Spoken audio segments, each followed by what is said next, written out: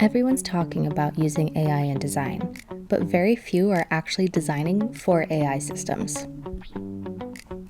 When AI becomes part of the product itself, UX actually changes. Instead of creating static screens, we're designing living systems that learn, adapt, and personalize in real time. That means, as designers, we're not designing interfaces anymore that are exchanging this for that. Instead, we're actually defining how intelligence itself behaves. Let's walk through how to design for AI systems using one example, like mapping data to potential generative components for hyper-personalization.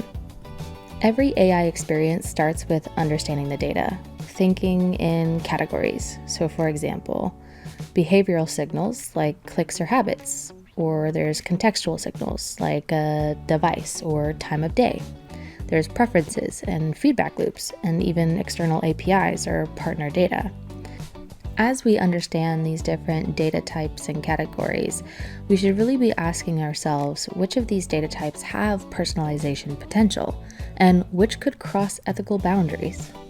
Once we've evaluated that and we have a clear understanding, we need to translate data into experience components. So for example, a search history might feed a generative content module, or task frequency could reshape the dashboard layout.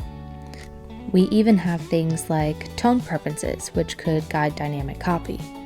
Each data source becomes a design lever for adaptation. And that's an example of where UX plays a new role of setting the boundary for what AI can and cannot change. See, AI's strength is in variation, where UX's strength is in control. As designers, we have to define our non-negotiables, where our design tokens, colors, and core structures are, and let AI safely personalize elements like tone, density, or content layout. Think of it like this: guardrails, not gates. Guardrails allow the right things to go through and safeguard the things that are wrong, where an open gate would let everything through.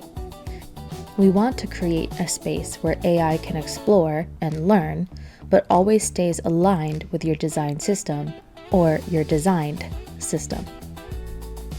Trust is the most fragile part of AI-driven UX. Users should always be in the know of why something has changed.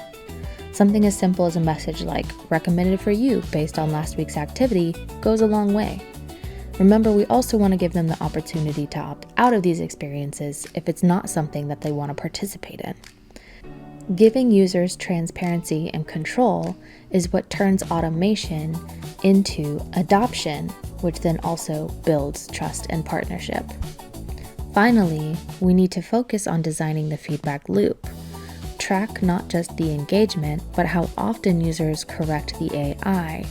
Measure where personalization helps and where it overwhelms. And use that data to retrain both your model and your experience.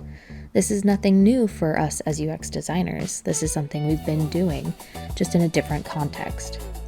Designing for AI means that we're designing the loop and the ecosystem that the AI exists in that then feeds into the interface. With AI technology finally coming to the forefront of a lot of product design and business goals, it's no longer about mastering tools, and I'd argue it never was, but it's more so about mastering systems, data, behavior, and judgment. Save this video if you're working on AI-powered experiences, and follow if you want more content about designing for AI systems.